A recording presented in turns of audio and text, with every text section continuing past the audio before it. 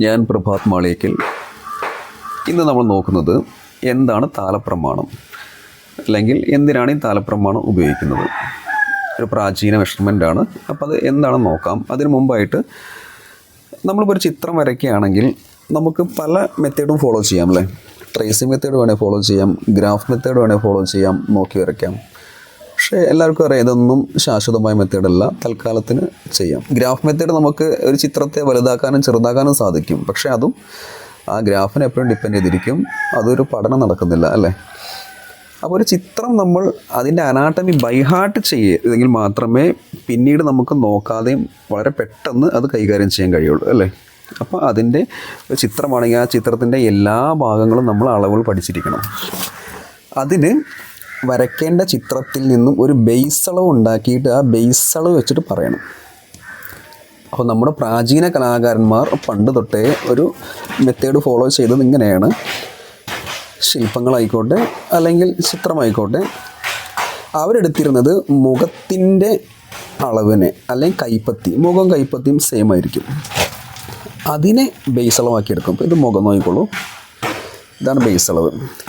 ഇതിനൊരു മെഷർമെൻ്റ് ആക്കി മാറ്റും, ഒരു സ്കെയിലാക്കി മാറ്റും. ഇതാ ഇപ്പം ഞാൻ എടുത്തിരിക്കുന്നത് 10 സെൻറ്റിമീറ്ററാണ്. അപ്പോൾ ആ 10 സെൻറ്റിമീറ്റർ ഞാനിവിടെ ഒരു സ്കെയിലുകളാക്കി മാറ്റി അതിനെ 12 ആക്കി ഡിവൈഡ് ചെയ്യും. എന്തിനാണ് 12 ചോദിച്ചു കഴിഞ്ഞാൽ 12 തന്നെ ആക്കാൻ നിർബന്ധമൊന്നുമില്ല. പക്ഷേ 12 ആക്കുന്നത് പൊതുവെ കണ്ണ് നമ്മുടെ ശരീരത്തിലെ ഒരു മുഖ്യ ഘടകമാണ്. അപ്പോൾ ആ കണ്ണിൻ്റെ അളവ് പലപ്പോഴും മുഖത്തിൻ്റെ 12-ൽ 1 വരുന്നത്. ചിലപ്പോൾ അങ്ങനെ ആയിരിക്കാമെന്ന് ഞാൻ കരുതുന്നു, പക്ഷെ അതെനിക്ക് ഉറപ്പ് ഞാൻ പറയില്ല. പൊതുവേ നമ്മളെ താലം അങ്കുലം എന്ന് പറയും, തിരിക്കുമ്പോൾ 12 അങ്കുലമാണ് ഒരു താലം. അതായത് 12-ൽ 1 കണ്ണ് വരുന്നത്. അപ്പോൾ ഇങ്ങനെയാണ് പ്രാചീനകാരന്മാർ പലപ്പോഴും താലത്തെ 12 ആക്കിയിട്ടാണ് ഡിവൈഡ് ചെയ്തിരുന്നത്. ഓക്കെ, അപ്പോൾ ഇവിടെ ഞാനിവിടെ 12 ആക്കി ഡിവൈഡ് ചെയ്തിട്ടുണ്ട്. ഇനി നമുക്ക് എന്ത് ചെയ്യാം, ഓരോ അളവിനെ നമുക്ക് ഇങ്ങനെ എടുത്താൽ മതി. കണ്ണ്, അപ്പോൾ കണ്ണിങ്ങനെ നോക്കാം, എന്നിട്ട് ഇവിടെ ഇങ്ങനെ വെച്ച് നോക്കാം. യെസ്, 4 അങ്കുലം. അപ്പോൾ നമുക്ക് ഇവിടെ എഴുതി വയ്ക്കാം കണ്ണ് 4 അങ്കുലം, അല്ലെങ്കിൽ ബേസ് അളവിൻ്റെ 3-ൽ 1 കണ്ണ് അല്ലേ. ആ 3-ൽ 1 എന്ന് പറയുന്നതിന് പകരം നമ്മൾ എന്ത് ചെയ്തു, അങ്കുലമാക്കി തിരിച്ചപ്പോൾ അത് നമുക്ക് എന്ത് ചെയ്യാം, ഇങ്ങനെ പറയാം 4 അങ്കുലം അല്ലേ.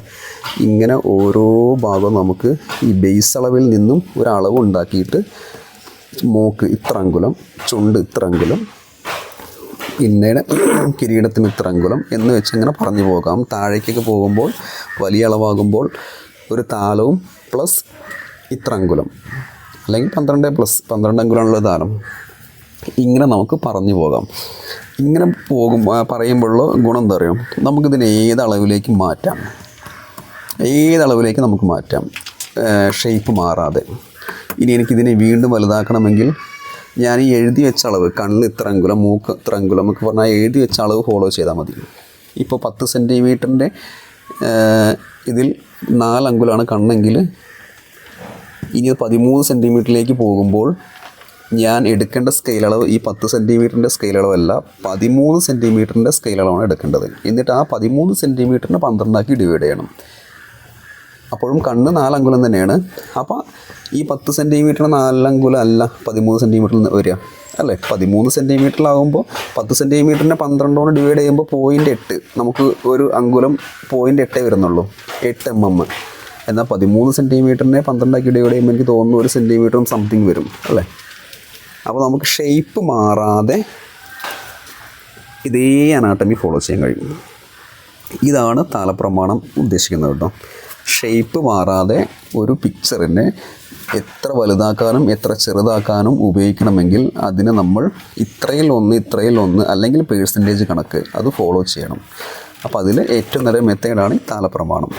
ഓക്കെ,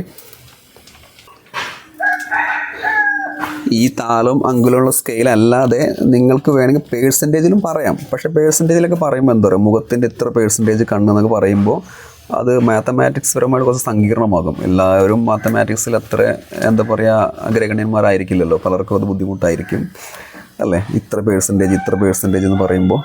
അപ്പോൾ അതുകൊണ്ടാണ് ഇങ്ങനെ ഒരു മെത്തേഡാകുമ്പോൾ പിന്നെ ആർക്കും പ്രശ്നമല്ല. നമ്മൾ വരയ്ക്കാൻ ഉദ്ദേശിക്കുന്ന ചിത്രത്തിൻ്റെ മുഖത്തിനൊരു അളവ് വരുമല്ലോ, അത് നിങ്ങളാണ് തീരുമാനിക്കേണ്ടത്. ഇപ്പം ഞാനൊരു ചിത്രം വരയ്ക്കുമ്പോൾ ഞാൻ എത്രയാണോ മുഖത്തിന് കാണേണ്ടതെന്ന് എനിക്കൊരു മനസ്സിൽ ഊഹം ഉണ്ടായിരിക്കുമല്ലോ. ആ മുഖം 7 സെൻറ്റിമീറ്റർ ആണെങ്കിൽ ഓക്കെ 7, ആ 7 സെൻറ്റിമീറ്ററിനെ പുറത്തേക്ക് ഇങ്ങനെ വരയ്ക്കുക, അതിന് 12 ഡിവൈഡ് ചെയ്താൽ മതി. 10 സെൻറ്റിമീറ്ററാണ് 10 സെൻറ്റിമീറ്ററിന് 12 ഡിവൈഡ് ചെയ്യാം. നിങ്ങൾ വരയ്ക്കുന്ന ചിത്രത്തിൻ്റെ അളവ് 25 സെൻറ്റിമീറ്ററാണ് മുഖത്തിൻ്റെ അളവെങ്കിൽ ആ 25 സെൻറ്റിമീറ്ററിന് 12 ഡിവൈഡ് ചെയ്യാം. ഇത്രയേ ഉള്ളൂ.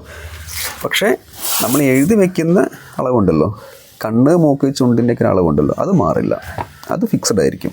കണ്ണ് 4 അങ്കുലം, മൂക്ക് 3 അങ്കുലം, ചുണ്ട് 4 അങ്കുലം, ഇങ്ങനെ എഴുതി വയ്ക്കുന്ന അളവുകൾ ഫിക്സഡ് ആയിരിക്കും. ഇനി ബാക്കിയുള്ളതൊക്കെ നമുക്ക് വരുന്ന ക്ലാസ്സുകളിൽ കൂടുതൽ ചെയ്യുമ്പോൾ കൂടുതൽ കാര്യങ്ങൾ മനസ്സിലാകും. ഓക്കെ.